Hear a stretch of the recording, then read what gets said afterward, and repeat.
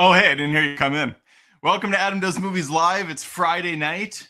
I'm running a couple minutes behind. I just got done dominating in a round of Mario Party on the Switch.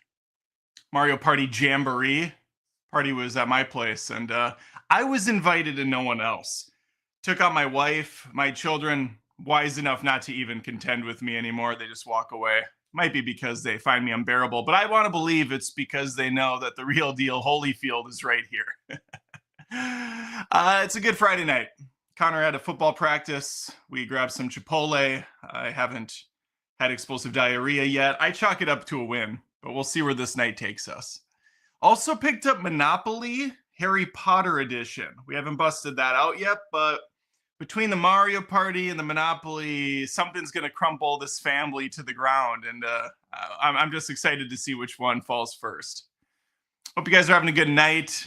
We're going to be doing 3 movie reviews live, which means it's a live recording. I'm going to tape to my phone. I'm going to have separate audio capturing everything. And then I'm going to edit these for the rest of the week. And by rest of the week, I mean Saturday and Sunday, and then we'll do this all over again. I might be going to, what is it called? There's a new Indian film out. It's a sequel, Plebis or something. What's it called? Let me look it up. It's not what it's called. Someone in the chat can let me know. But people were saying I should review it. My Indian movie reviews have tended to do okay in the past. Some of them really well, like Triple R. Other ones just kind of fell to the wayside. No one cared. But I'm willing to give these films a chance and see where they stack up. So I might be going to that tomorrow, whatever it's called. I have to look it up on the Regal app. All right, I think I have my ducks in order. As always, friendly reminder, super chats keep the lights on here. One-man band, full-time job, family. This is the second job. But yeah, I appreciate any sort of super chats you can throw my way. And become a Patreon or a patron at patreon.com/AdamDoesMovies. Different tier levels, different perks, exclusive videos. We have Cringemas coming up. Khaleesi Grimes is getting ready for Cringemas. It's going to be fun. That's an exclusive for people at the $5 tier and higher. All right, what should we start with? It's kind of a chill stream tonight. So first come, first serve. I have Subservience with Megan Fox. I have Werewolves with Frank Grillo. And I have Kyle Mooney's movie, Y2K. Is it Frank Grillo or Frank Grillo? Let's see.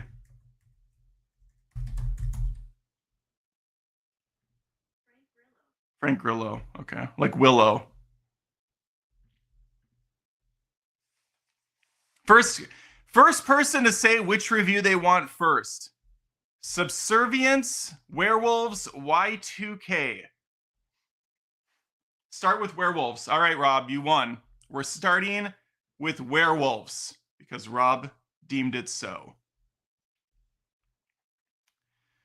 All right. Willow review. If only there was time. All right, I'm gonna fire up the recorder. This person, Superman, says Adam does movies. Yeah, my balls. Sounds hot, but I think I'll pass on Ia my balls. Swing and a miss.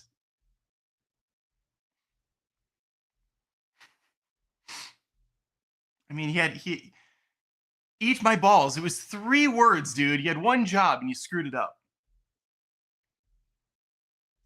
All right, let's start. I'm gonna hit record, file new audio recording. Keep in mind, I ignore the chat during the recordings because it throws me off. I look at it at the end of the chat. Super chats show up for me.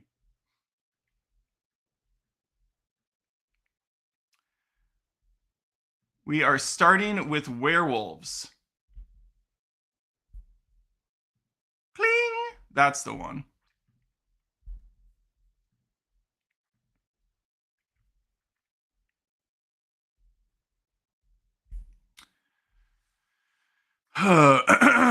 Hitting record.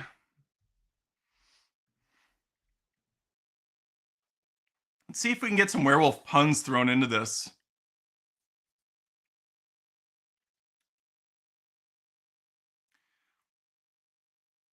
Do you liken yourself a good werewolf film? It's been a while since we've had one, although Wolfman's coming out early 2025. But to stave off that appetite, to quench that thirst that you have, we have a brand new film hitting theaters. Well, it's already hit theaters, actually, and I saw it. It's called Werewolves. That's the title of the movie. It's called Werewolves. Hopefully, the film's more creative than that. Well, I'm here to tell you about it right now in a spoiler-free review. Let's go.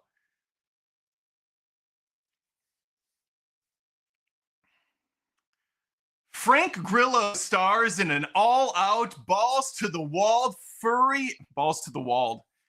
Frank Grillo stars as a no-nonsense, rough-and-tumble guy thrown in a world, thrust, really, in a post-supermoon pandemic of sorts where people turn into werewolves every time that moon hits its peak.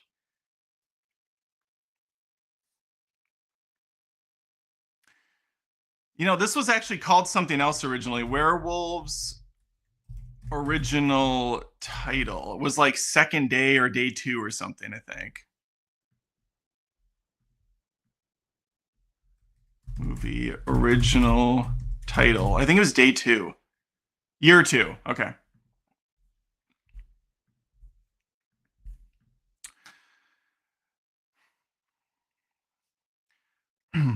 Before I really sink my teeth into this review, if you wouldn't mind sinking yours into the subscribe and hitting the notification bell so these show up in your feed in the future, I would appreciate it. All right, now let's feast on this film. Now, the movie may throw you for a loop if you see this in theaters because it feels like it's a sequel to something that came before. Maybe the first one was called Werewolf, singular instead of plural. But no, this is a first-time adventure for the fam. And the reason I'm kind of confused is because not only did this have a name change, and the reason I'm kind of confused is because the film starts right up with you already assuming. Let me change that. And the reason I'm kind of confused is because this movie fires up on all cylinders, having.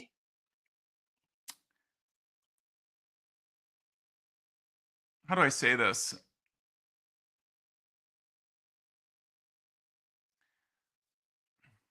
Almost acting as if you had already seen this movie once before. Now, to its credit, you kind of have with movies like The Purge because it's following that exact same template.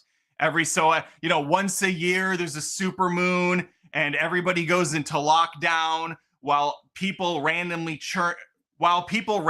change, transform, and need to hunt for the night. It's Purge in werewolf form.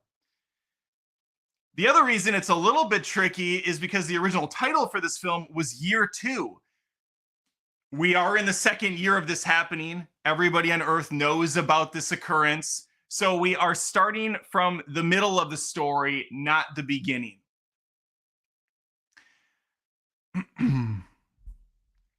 I don't need to go much further into detail other than we're going to follow two different types. I'm not going to go into I'm not going to go into the story too much because that always falls into a little bit of a spoilery territory. But essentially, we're following the main character. What's his name? Generic guy, Wesley. We're following main generic character Wesley and his family he's trying to protect. They are the B plot. They're going to be locked down in the house for the day, for the night, and he's going to be dealing with a super secret experiment going on to see if they can stop the transformations from happening, because he works with this company. There's some scientists there, really smart people, and they have developed Moonblock. It's what they call it. They call it Moonblock, which is a you put it all over your body. Hopefully it lasts for the night. You take a shot, bada bing, bada bang, bada boom, bada penis. You're safe, right? Wrong. Things go awry. The werewolves get loose, and so you have the ones here at the facility, plus you have the ones back on the home front causing havoc. And so we're going to follow this Wesley character as he fights his way back to his family and hopefully saves the day. It's palpable stuff. Stuff you can really sink your teeth into. This is a very low budget film, but I will say it had some decent effects. It is clear the transformations were a good chunk of the money. They looked impressive early on. The first initial batch of them, I was like, damn, this is very impressive stuff. As it went on, they were slowly hemorrhaging money. It got a little bit Mortal Kombat Annihilation-esque towards the end. Not that level. Nothing could ever top that. But there was still some parts where I thought, we could have probably pulled the camera away from this scene, maybe focused on something else for a second. You are going to get a good chunk of time spent looking at werewolves, but they are very slow. These are guys in costumes, okay? For the most part, we have practical effects. Costume design's good. The werewolves look a little silly. They have really long snouts. They get kind of raptor-y at a while from they kind of do... It gets a little Jurassic Park raptor-y for a while, but not in like the good way that Jurassic Park does it. More the silly raptor stuff where they're like side profile smiling, like, what's up, Doc? And they got a little bit of a smirk. It's not working how the director wants. It even seems like he watched Jurassic Park right before he made this movie, because there's several moments where I felt like he was trying to ratchet up the tension, having people hide under a car where while the werewolves are skulking, smelling him out. I think he's under here, Brox. Brox? I don't know the fuck that is. Hey, Shelly, look, there's someone over here. I think it's one of those humans.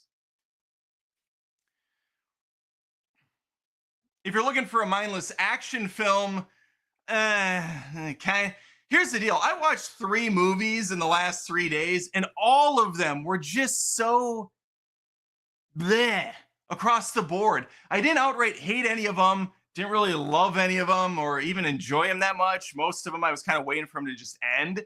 But I wouldn't say any of them I hated all the same. Werewolves firmly stakes its claim as a mid-film. Borderline bad. I mean, I'd push it on the bad side more than the good. I definitely would not go see this in theaters. You're not getting your money's worth here, fam.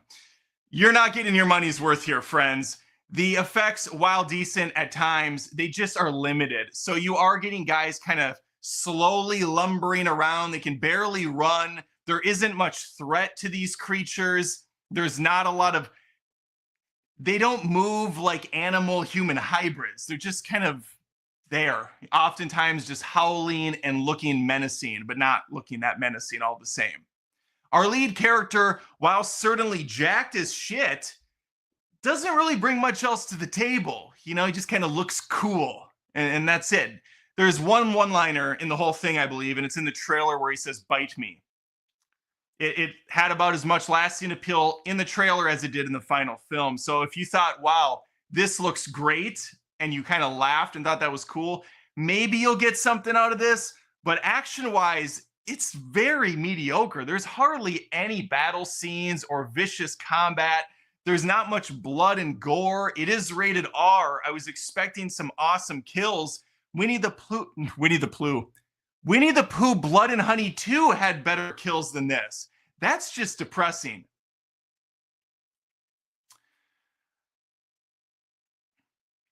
If you were thinking to yourself, man, it's been a while since we've had a strong female lead in a werewolf film, you'd be right. And quite frankly, it's about time we get one again. And we do, because we have one. We have a couple here. One who gets, I can't even say it. There's some really stupid shit that happens in this movie where I was just scratching my head like, what the, how? What happened here? Actually, I'm going to say something, okay? Plug your ears if you want. One character, I won't say who, during a battle scene is fighting. It seems like the ghost is clear, and out of nowhere, a werewolf hand reaches down from the heavens, plucks her out of eternity. It was hilarious. And even the good guy's looking around like, what the fuck? This doesn't even add up. There's nothing above me. There's no scaffolding. How did this werewolf hover above us, pluck her out of the ether? It was just silly. Who's the other main character? Katrina Law. I think that might be Katrina as Amy.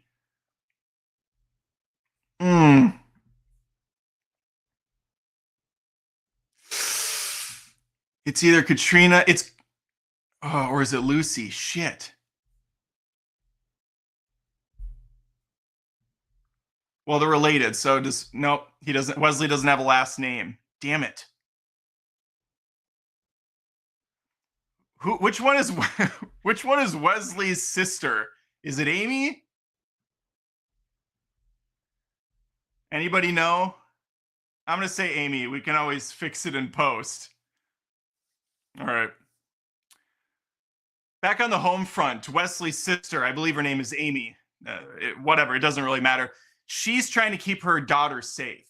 And they set up this, this beautiful little house situation where the windows are boarded. I'm stumbling a lot. Amy's at home with her daughter, just trying to keep her safe. They've gone over the playbook a million times with Wesley, Wes for short, of course. They've boarded up all the windows. They've barricaded the door. They have an electric fence. They have a psychotic neighbor who's definitely not going to become their enemy later. And yeah, everything's going well. But later on, they are going to get attacked. And she does have a shotgun. Constantly, she's talking to herself and making one-liners to no one else in the room, mugging at the camera. It's just eye-rolling shit. And I think my favorite part is she manages to waste every single shotgun shell on nothing. She's just wandering around the house.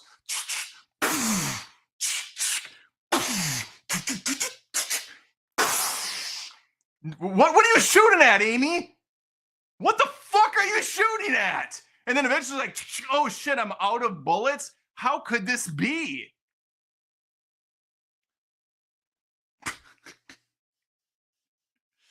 What else is there to say? Oh, the lens flare. I almost forgot about the lens flare.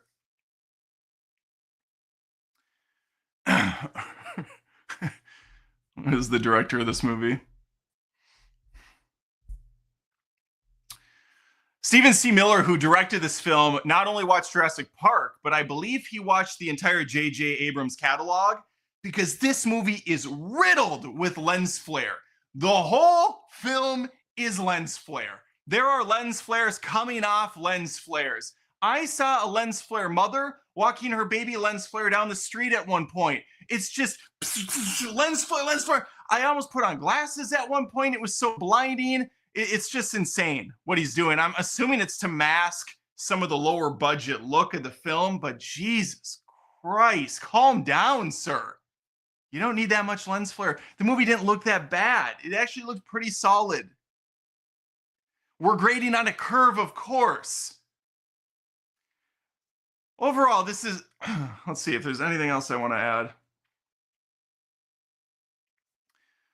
So to summarize, we have pretty mediocre kills, not a ton of action. It does move fast. It's an hour and a half. It is rated R, but I don't think it's that gory. It's certainly not that impressive when it comes to the gores or kill count.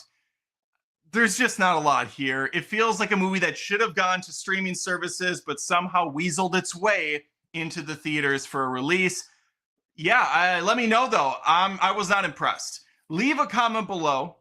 Let me leave a comment with your thoughts, good or bad or otherwise. Please like the video and subscribe if you haven't. I post content every single week. Would love to have you stick around. If you wouldn't mind checking me out on Patreon at patreon.com/AdamDoesMovies. You don't need to sign up now. You can sub over there for free and just kind of keep an eye on what perks are showing up and when. And then maybe down the road, think about pulling the trigger, shooting that silver bullet in my direction. I would appreciate it. All right. Hopefully I catch you next time. Take care. All right. We got one down. 14 minutes worth. So it'll probably edit into a 8 or 9 minutes review. See if I lost you people yet. You're still here. We got one super chat, it looks like, from Shadow Humor, shot out of a cannon for $5. Can't wait for the Y2K review, LOL. Well, I guess we'll do that one next, since you threw out a super chat. Yeah, Will Robinson says Infinite Wisdom. I did not use that one. I'm trying to go back and forth about when I use the catchphrases. Don't want to overuse them. I don't even know if that's possible online. I feel like you have to catchphrase everything. Thank you, Mr. Flickster. Let's fire up the next one. Y2K.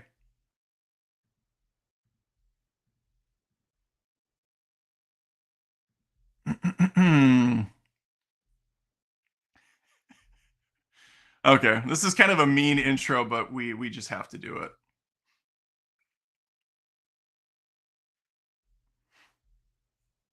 I just have to do it.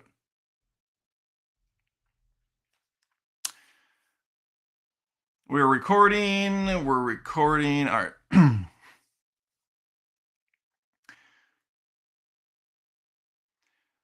From the least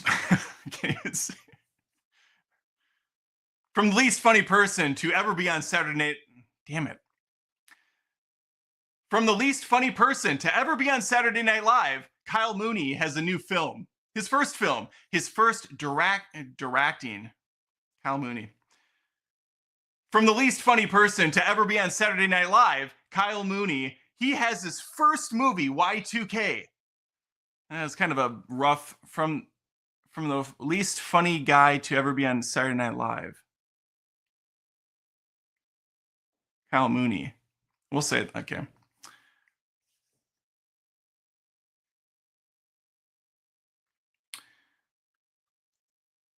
From the least funny person to ever be on Saturday Night Live comes his first foray. I can't talk right now. Let me try again.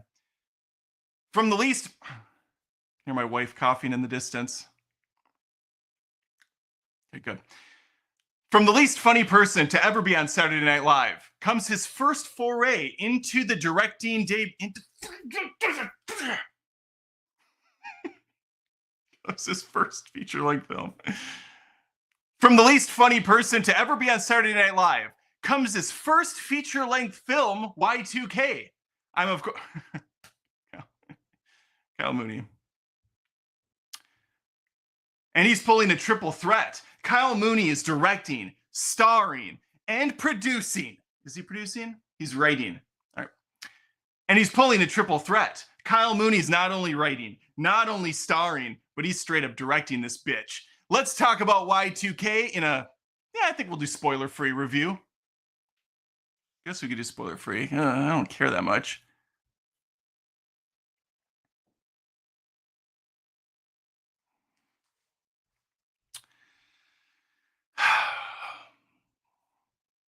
Let's try a little bit different intro for that second part. And not only is he directing, this guy's pulling triple duty. He's also writing and starring in this bitch.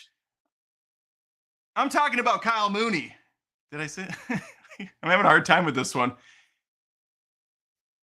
The person I'm talking about is obviously Kyle Mooney. And not only is he directing this bitch, he's also writing and starring in it. And now I'm going to talk about it in a spoiler-free review. Let's go. The year is 1999. 82, 92, 17. The year is 1999. A 17-year-old in his prime, Adam, me, is looking at his future, and it looks great. We have the internet now. We have American Pie films.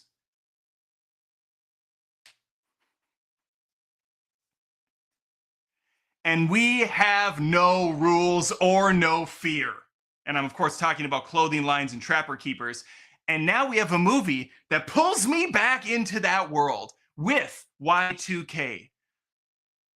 It's a period piece that takes place in 1999, just before the great disaster happens. That doesn't happen, but we were warned that it might. You see, in 1999, there was this big craze going around that when the computers switched over to the year 2000, everything would go haywire. Planes would fall out of the sky, the banks would go down, things were going to crash and burn. It was going to be fire and brimstone. Brimstone. It was going to be fire and brimstone.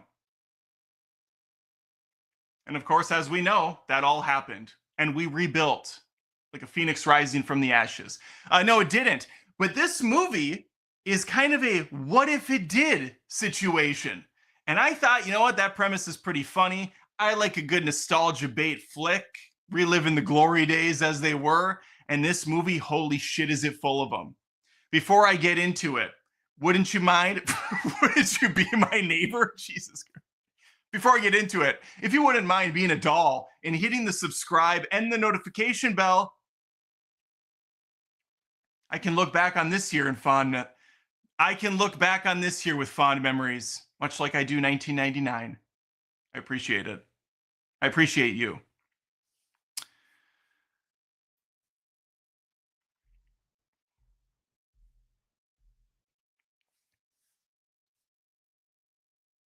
How long is this thing? It's an hour and 45, I believe. Hour and a half. Wow. Y2K is rated R. It's an hour and 30 minutes long. Feels like 2. Pacing's a little inconsistent at times. But I will give it credit. The first third, pretty damn solid. I was eating up all the member berries. I remember CD players. I remember skip protection being bullshit. I remember skip protection being bullshit protection. It didn't work. Although bullshit protection kind of implies that it's protecting you from bullshit. So that didn't really work, but let's keep going.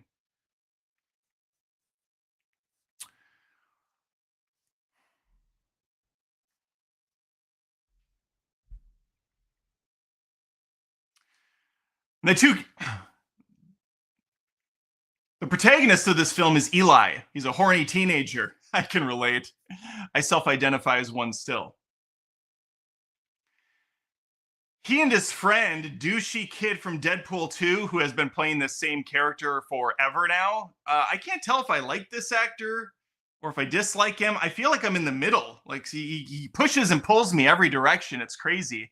As for Eli, not a fan. And I liked this kid in It Chapter 1, sprinkled into It Chapter 2. I thought he was really good there, likable kid. Here, he's doing the nerd thing, and he's all in. Doesn't know how to talk to anyone. He's just insecure, looks down a lot, talks really quietly to himself. Fuck this kid. That maybe shouldn't say that on YouTube in 2024. Might send up some flags. Fuck this guy. There. Guy's fine. But don't worry. America's sweet. But don't worry. America's sweetheart, Rachel Zegler's here to pick up the... But don't worry. America's sweetheart, Rachel Zegler's here to pick up the slack. She plays Laura. And Laura's going to be the smart, techie love interest. She's also the popular girl at school because, as we know, the cool girl in 1999 was also the computer nerd, also the super smart one with tech. It just adds up. To be fair to Rachel, she's perfectly fine in this role. She's likable, so she is a good actress. I'll give her that much.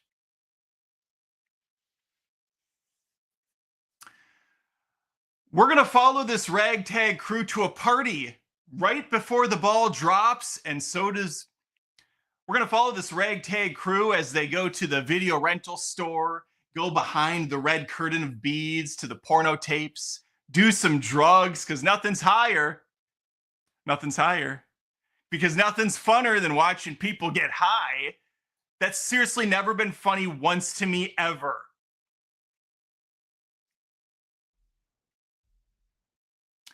And so naturally, funniest man on planet Earth, Kyle Mooney, is going to be playing that character. Laugh. But again, I honestly found myself kind of enjoying the first third of the movie.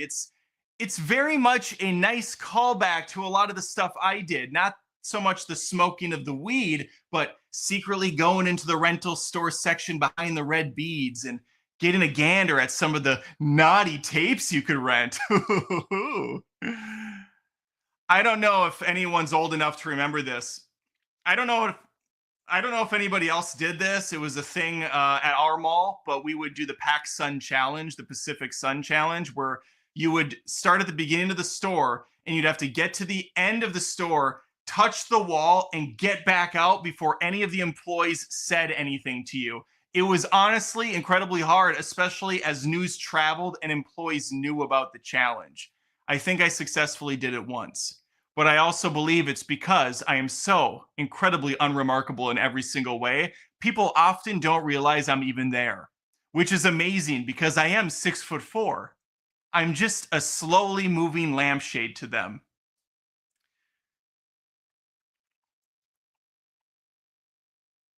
Subscribe, for pity.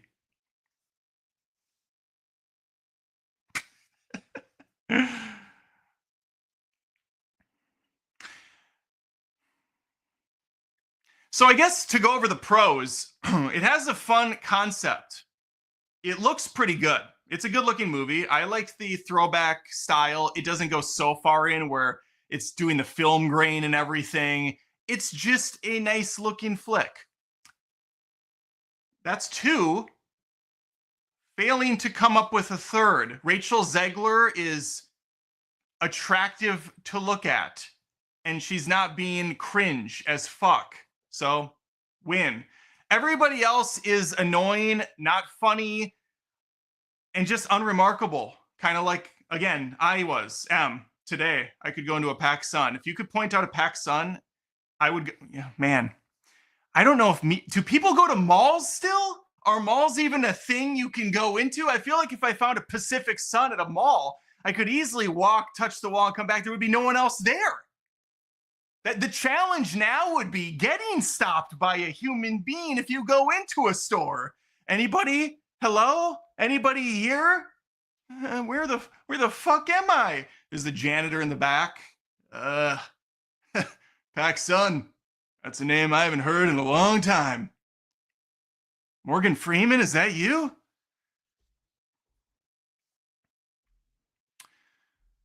Okay.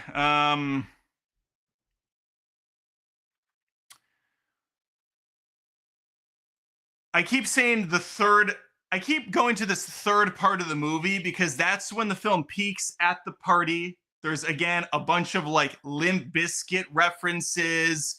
You have they they play Cisco. That girl's so scandalous. This evidence can't handle it. Good shit. And everybody agrees that it's good, which is funny. You have all the different factions of people, and they're all, in their own groups. You have the emo kids, you got the jocks, you got the stoners. But when Cisco comes on, they all kind of set aside their differences and just rock out to the music, rock out to the perfection. That is Thong Song. Let me see that. Let's get it, baby. That dong, that dong, dong, dong. I like the way. Sorry. It's hard to get me out of it. It's hard to get me out of it. That girl's so scandalous. All right. So that's a third plus. The music is freaking banging. If you grew up in the 90s, you know this shit. And it hits hard every single time. The problem is we still have another 2/3 of the movie to get to. And it goes boom off the side of a cliff when the plot starts to kick in. Now you have psychotic robots slowly coming to life, killing people. There are some solid kills at the party. That's pretty much the majority of the budget and the good shit. After that, it's just spinning its wheels. Doesn't feel like it has any real direction to go. There's a lot of smaller scenes where two people are interacting. The dialogue's not hitting. It's not funny. You have a Fred Durst super fan girl who's just bad at this. Although she did have a handy cam, which instantly brought me back because I was one of those idiots that was walking around trying to film stuff all the time with my buddies. And again, to restate for the 5th time, super cool here. Really cool person. Really, really remarkable individual. Subscribe. What else do we say about this shit? Oh,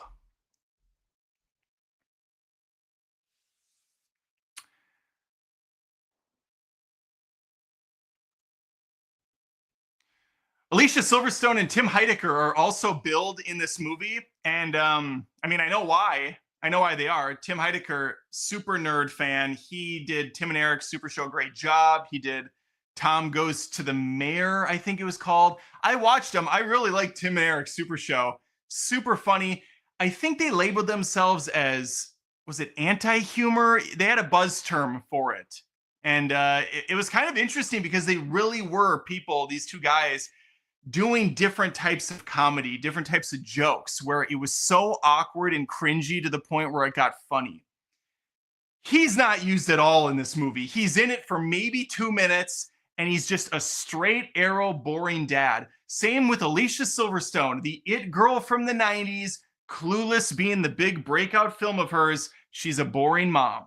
They have nothing to do in this movie at all, and it's disappointing. I did bring up Fred Durst earlier. Let's talk about the Durst in the room. Yeah! This time I'm gonna let it all go out. I'm gonna do things my way. My way or the highway. He's in the movie. He's billed in the movie. He's on the poster. And he sucks. And I celebrate his entire catalog. Okay? Everything. Chocolate.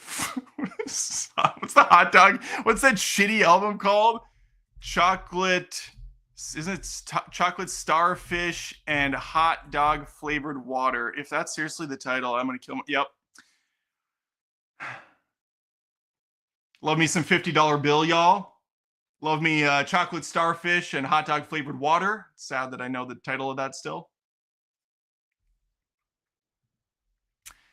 And it's sad that they couldn't find an ounce of comedy to pull from this guy.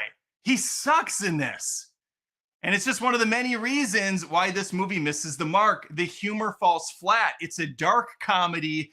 I laughed out loud exactly one time, and it was funny as shit. And I don't even want to ruin it because it was the only funny part if you end up watching this movie. And when it happens, you will know, and you will go, ah, that was the part. That was the part. And it happens in that first third. So you can just shut the movie off when it's on streaming inevitably in a week from now and move on with your life.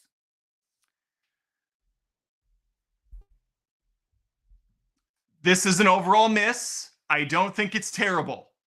It's not the worst movie I saw this year by a country mile. It's just so disappointing because there is some potential here. I just think Kyle Mooney needs to maybe hone his craft a little bit more as a director. But I do think as a first attempt, it's pretty admirable. He clearly has some skill and he can make it work in the future. But this one needed a little bit more time to cook.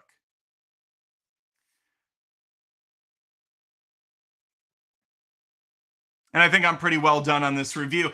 Let me know if you saw Y2K. Give me your thoughts in a comment below. Please, again, like, subscribe, because you pity me. You just, it's just sad. It's sad at this point. I wish I had a Fred Durst hat I could throw on, a red hat, put it backwards, and I could do things my way. My way or the highway. Become a Patreon at patreon.com/AdamDoesMovies. There's different tier levels, different ways to help me grow as an individual, get to the end of that Pac Sun building and back. And that way you won't miss a single video in the future. Thank you very much for watching. Thank you. Like I'm accepting an award. I'd like to thank the Academy for watching this video. All right. Hopefully I see you next time. Take care. I'm going to do things my way. I'll keep rolling, rolling, rolling, rolling. What? I know you've been loving this shit right here. You're freaking me out. You throw a... Oh, how's it? You freaking me out. You throw a mask on counterfeit. Freaking me out. You throw a mask on counterfeit. My family's like just upstairs. Like, what the fuck is he doing today? I came into this world as a reject. Look into these eyes, then you'll see the size of my bang. All right, okay, we're done with that one. Came into the world as a reject.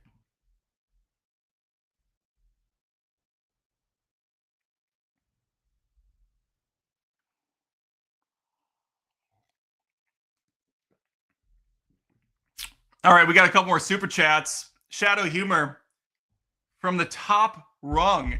Every movie Rachel Zegler is in now will fail. Her career is over, and I feel no sympathy, and neither should you. Pour one out for the Zegs. Let me pour one out for Zegler. I think she has a really bad track record already. I don't even think the Spielberg movie, didn't that bomb that she was in, the musical? Heard it was amazing, but I don't think it did well at the box office. I know the Hunger Games prequel she was in did fine. I think that made some good money. It was fine. The book kind of sucks, so I wasn't expecting much from the movie. We'll see how Snow White does. I know that it's costing a lot of money for Disney. That's the big issue. Disney Snow White budget. $209 million. Why the fuck is my computer not charging? Oh my god. I'll be right back. I have to get the extender to plug in my computer before it dies.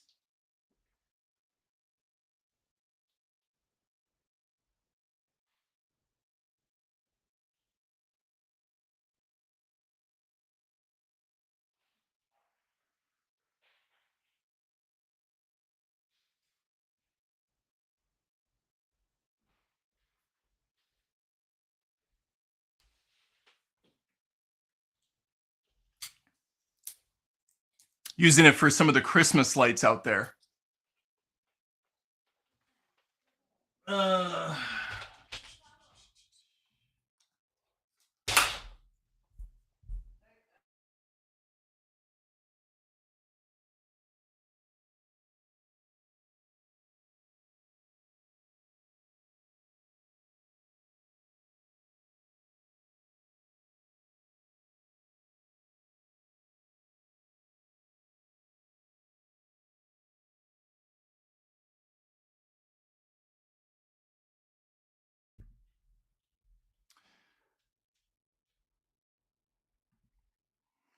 Back to the, I'm back. Sorry about that. After 200 million budget though, the movie needs to make around 600 million to be profitable.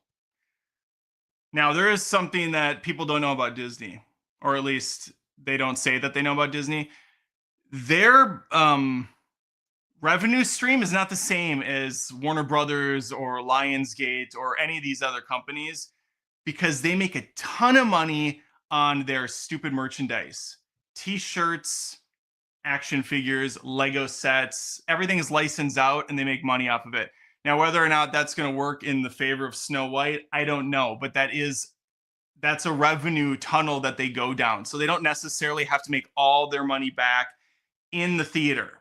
It just has to get the ball rolling for all their other pieces of the pie. I think that Snow White can easily make back 500-600 million, to be honest with you. These live action movies do good. Even The Little Mermaid, which I don't even think could be shown in China, did end up making money.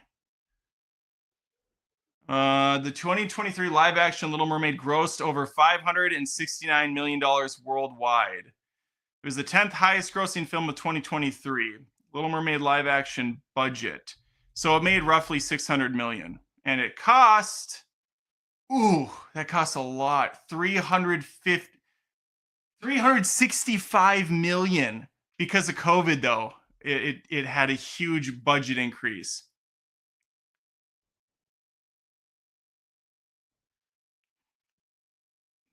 It was a $4.9 million loss. Yeah, but it even says here, however, it may have generated income from other sources such as Blu-ray sales, merchandising, blah, blah, blah. Regardless, Little Mermaid, I do not think played in certain countries. Snow White will play everywhere, and it doesn't have near the budget. I think it's going to be fine. Rachel will eat, and she will get more film, get more work. Perm for $5. Appreciate it, Perm. Much respect that you do these things live. It's hilarious to think back to the Y2K scare. Keep up the good work, bro. Short for brother. Thank you, Perm, for explaining that to the audience. It would have been confusing otherwise. I'm glad you're enjoying them.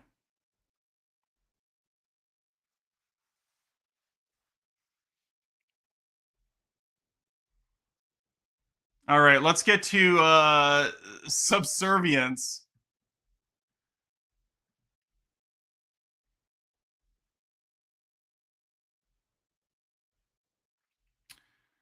Let's do Subservience. All right, we are recording still. We're 40 minutes on the record.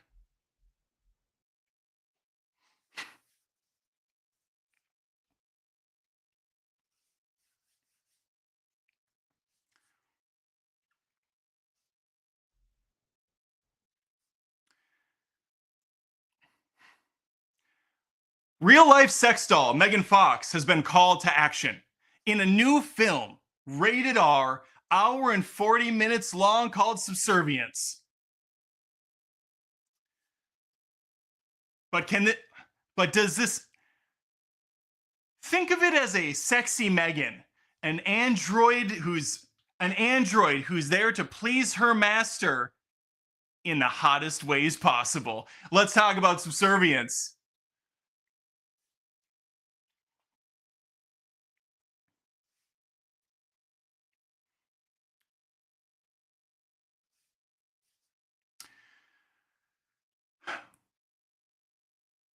When I saw a trailer,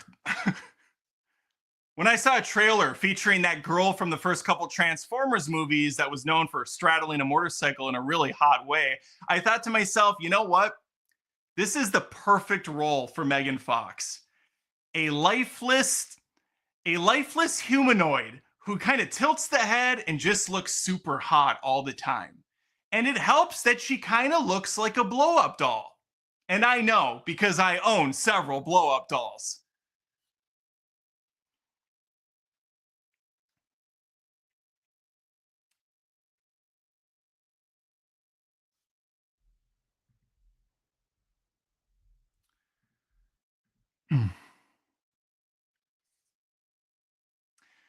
If you blink really fast, she might also look like a Kardashian sister. But no, this is Megan Fox now in 2024, and this is Subservience. Before I get into it, if you wouldn't mind subscribing, Subscriberience. If you wouldn't mind, before I get into it, if you wouldn't mind Subscriberience to my channel, which is a long way of saying subscribe to the channel, and with Subscriberience.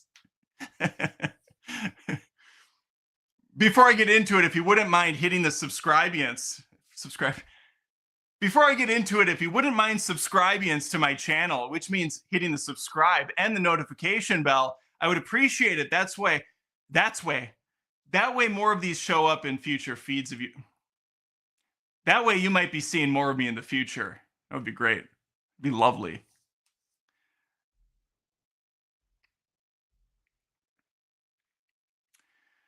I'll give fuck. I'll give this movie credit right out of the gates. It wastes no time jumping into things. And then it wastes all the time continuing into things. But for the first 15 or so minutes, I thought, damn, we're getting right into it. I like this. We got a wife who's at death's door. She needs a new heart. We have a husband at home with a child and a baby. How is he going to find time to raise these kids and still go to his construction gig? With a bunch of crew members who are about to be replaced by AI, with a bunch of crewmates who are about to be replaced by working with a bunch of colleagues who are about to be replaced by robots. Well, the answer is simple. You hire a hot, sexy female robot. Well, the answer is simple. You hire a hot, sexy female robot of your own to take care of the little things around the house. You know, cleaning up, cooking some meals, burping the baby, jerking you off, tucking your daughter in, reading a book, fondling your balls, just things like that, you know, everyday things. This is kind of promising to be a harder R, stronger version of that Kids Bop Megan movie we had a couple years ago that people liked, and I thought was fun. It's PG-13. It's silly. It's got some fun kills, some creative dialogue. This had that for a little while, but then the movie starts to kick in more, and you're like, oh shit. I'm just going to be sitting here watching a lot of slow ass moving scenes play out that don't really go anywhere fast and seem to be more preoccupied just moving that camera around little bits at a time and getting reactions to things that don't need to really have reactions at all. It was just so tedious by the time it wound down, and nothing really that great happened. Everything okay out there? What are you doing? Putting my backpack away so I don't get spiders in my room. just trying to make a living out here, Olivia. It's my daughter Olivia. Subscribe to Being Real with Olivia. She has a YouTube channel where she attempts to review movies. Let's be fair, it's not at the level of the king, but she's getting there. She's growing. You're welcome.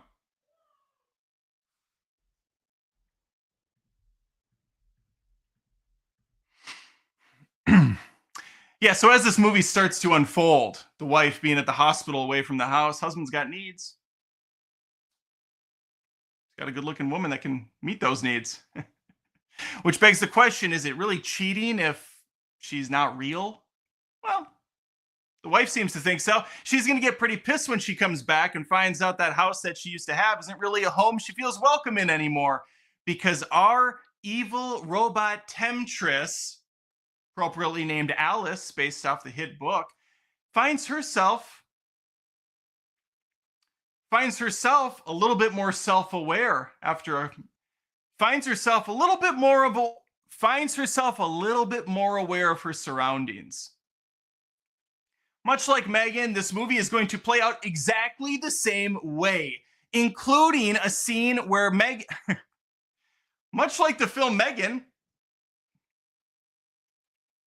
this movie's going to play out exactly like Megan does, including a scene later on where Alice is taken back to the shop where two scientists will work on her and she will hack her way into the system. It's the same movie for grown-ups more, I guess, but nothing that nothing that sexual really happens. You get a couple scenes here or there. They're nothing great. This isn't even like 50 Shades of Grey level. All right, your soccer mom's not going to be swooning over this. Oh dear, heavens to Betsy, it's getting hot in here. Oh, this walking, talking sex doll is really doing it for me. And I'm going to give props to Megan Fox. This is the exact type of movie she was born to play. Like, genuinely, this is the role for her. Outside Jennifer's Body, which, yes, whenever you talk about Megan Fox, you have to mention Jennifer's Body. It's just a requirement. Like, yeah, baby, she was in that one good movie where she did a good job playing like a snotty brat. Fine, fair. I also kind of think that the reason this movie exists is because the other one, Megan, is called Megan. And so a director, writer was like, Megan Fox is like a robot. We should just use her and make the same movie. but with tits, which we don't see, by the way. There's no, I don't think there's any real nudity. Maybe the wife, a tiny little blink and you'll miss. So you're not really getting much even on that standpoint. No, this is just a lukewarm, slow. No, this is just a lukewarm bath. You sit there thinking, man, I wish this bath was hotter. And then you try to turn it on and get it a little warmer, but there's no warm water left because you played yourself and used it all earlier. And so now the water is so high up, it's starting to spill out of the tub, and there's just nowhere for you to go. I feel like I lost this analogy halfway through it, but we're going to just push through anyways. But we're just going to press on anyways. As for the kill count, really non-existent. I think maybe 2. I don't fucking know. Very little happens as far as the horror stuff. It's not scary. There's really hardly any violence. She's super strong, but really outside of catching an arm or a bottle once in a while, not much there. At one point, she does a bit of a Hadouken punch, like, oh, you get, and throws the guy through a wall. Kind of it. Kind of about it. Oh, the guy. Fuck, the dad. Michel Maroon. I don't know his name. One more negative. The husband, the good-looking dad, the protagonist of the film, Nick, can't understand a word he says. He's got a rich accent. It's heavy. It's hard to understand him. So we actually, the wife and I, thought this was going to be a magical experience for us both. It wasn't. We turned on subtitles because we couldn't understand what the fuck this guy was saying. And I think at one point earlier, he tried to do an American accent, and then he just said, screw it, halfway through the film. I'm going all in on the native tongue. I couldn't understand him, and I have pretty good hearing. So that's another negative for sure.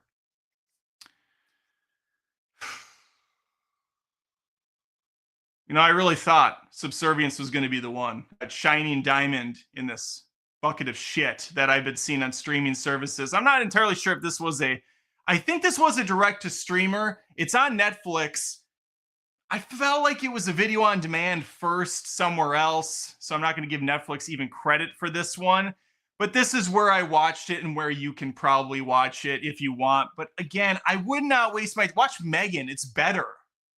Unless you just like looking at Megan Fox for a while, but we got a couple Transformers movies, although I think she's pretty young in those, and we're getting older. That's the problem with characters in films that you grew up with. They stay looking like that. You don't, plus you've aged 20-some years. It's not a good place to be. What I've done! Dun, dun, dun, dun, dun, dun, dun.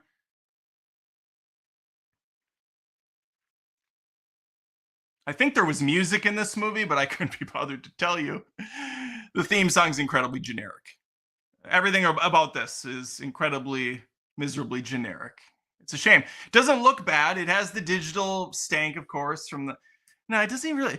It doesn't look bad either. The film quality and stuff, it's all well done. Has a bit of a futuristic vibe. I dug some of the, there's a couple other pros. I think what annoys me about movies like this, they string you along enough. There's a promise of something greater to come, and the scenes that you watch as they're unfolding aren't terrible. They're just so terribly lame. But there's interesting things around the corners, at the mouths, at the sides of the mouth. For instance, the whole construction subplot about his crew being replaced. I like that the robots that took over are not near as advanced as our Megan character. What's her name? Alice.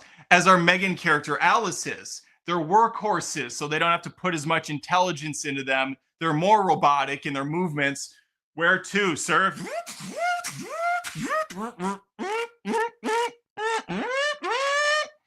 Kind of like that. I also like that this is clearly a future that's been happening for a while. I also like that this future has been predicted for a while within the movie. And people are like, yeah, we've known about these robots taking over for 15 years. The writing has been on the wall.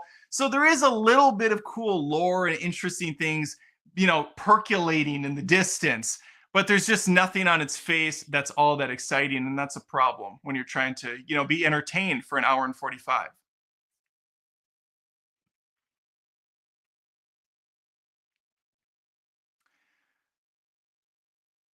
Are you entertained? Are you not entertained? No, I wasn't. I needed Ridley Scott here to drop a Coliseum and some goddamn sharks in the water because that's the only way to hold my attention anymore, apparently.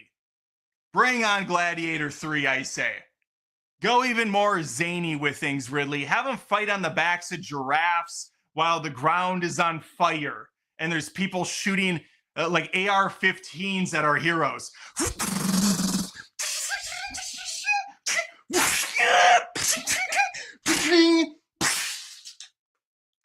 With Linkin Park playing.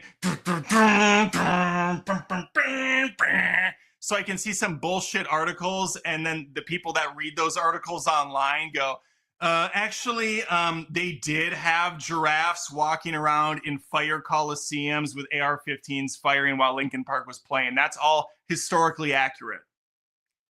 Nothing made me smile and laugh harder than the people that were commenting on Gladiator 2, where I pointed out how silly that Coliseum scene was, because they're like, actually, they did flood the Coliseum.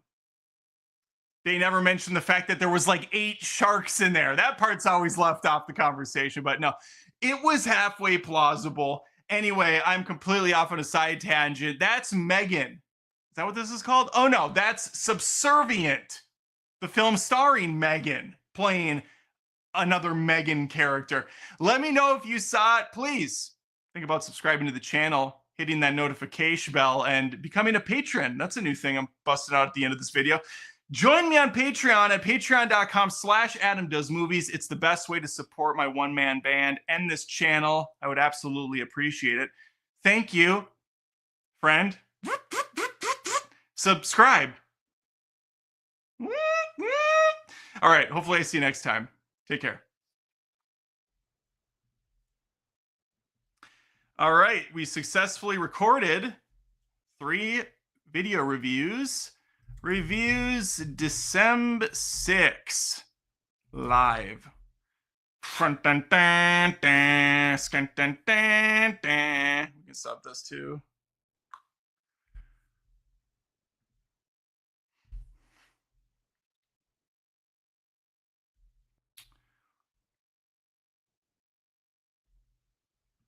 Got one more super chat. Guys, I forgot to switch the banner. It was supposed to go to Subservience review. Why is nobody telling me these things? You probably did, and I just didn't pay attention. Damn it. I take the time to make these banners so that people know what I'm talking about when they join, and then I drop the ball every single time. All right, Jordan Yeager for $2. Thank you, Jordan. Just watched The Creator on Hulu. #trash. Oof. I like The Creator. The Creator. I had the one of the actors on here, actually. We became pen pals. Well, not really, but we played Fortnite once or twice. He was a cool dude. I like The Creator. I didn't think it was trash. The story wasn't great, but the visuals, the action, acting, that stuff was all solid. It was also a year, if I recall, where movies just weren't popping off very good. Yeah. Maybe I was being easy on it, but I didn't think it was trash. Sorry you didn't like it.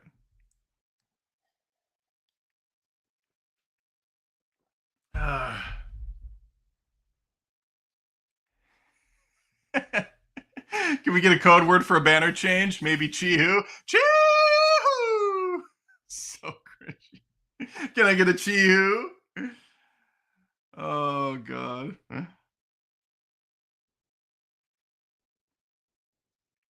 I don't think I have anything else. We don't have to drag this on any longer than it needs to. We went another hour. I got 3 videos out of this. If you have any more super chats, throw them now. I'll give you a couple minutes while I shut my shit down. We reviewed Y2K, Subservience and Werewolves, and those 3 reviews will be out on the channel in a little bit more polished fashion within 48 hours. That's my mission. That's my pledge to you. 48 hours from now, those reviews will be out. Adam, please watch Teacup on Peacock. I'd love to see what your thoughts are. It was mid. Trigatron XXL, I watched, I want to say 2 episodes, and I found it to be not great. Didn't hate it. It just felt like something that wasn't going to go anywhere all that interesting. But if I'm wrong, if it's firing and it's getting better, then the wife and I can watch it. She's the one that made me watch it originally. We weren't really into the first couple episodes.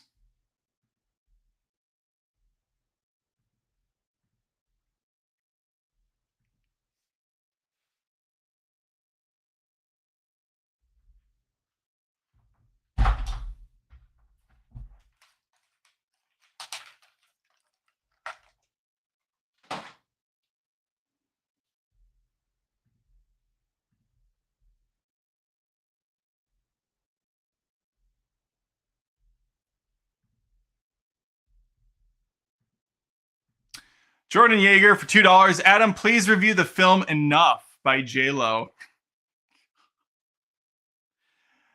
I know Lindsay likes that movie. That's the one where she's boxing, right? Where she takes matters into her own hands. Enough, J-Lo. Well, who would watch that video, though? It came out in 2002. I know that Jennifer Lopez hate and just all-around interest in J-Lo was strong when This Is Me Now came out and then her Netflix sci-fi movie, but I don't typically like go into the waters of older films, especially something so random as Enough, when I don't know what the relevance even of that would be, and I would just be punished for covering it by the algorithm gods.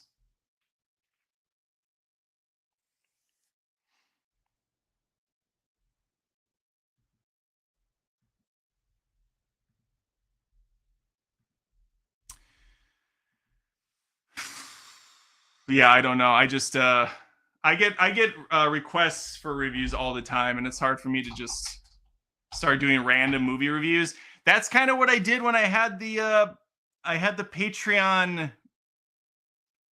There was a $30 mithril membership you could do where you would get to pick a movie for me to review, and that just did not go well for me or the channel. Yeah, it was nice getting those people signing up, but then I had to watch these shitty movies or these old movies, and then it was a lot of work, and I just didn't see the return on investment.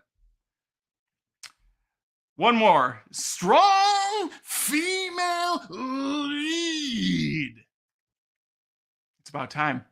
It's about time. Yes, she is a strong female lead, but she's like a good one, not the eye-rolling ones that they come out with in Hollywood today.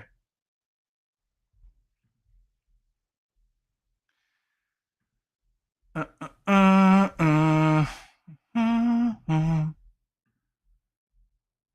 actually did all my thumbnail work, which I'm very happy about. Got all my thumbnails, my stupid thumbnail faces done for these 3 reviews, so I could just churn and burn tomorrow on the editing.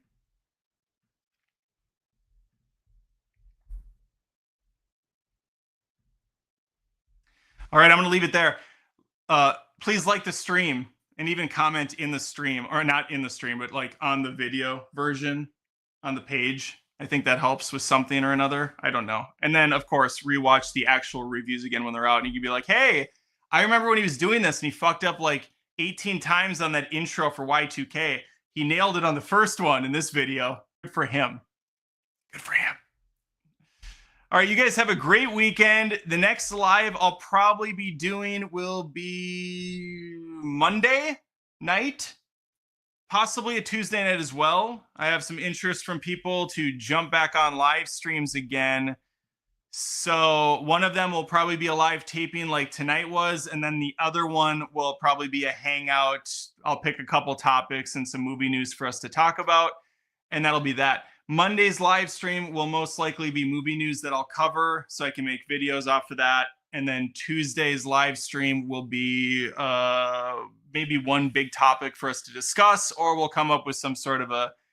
I kind of like when we each pick 3 to 5 movies from some random topic and we can kind of argue about it. Those are always fun. But yeah, I'll figure some stuff out. And thanks for watching. I'll see you next time.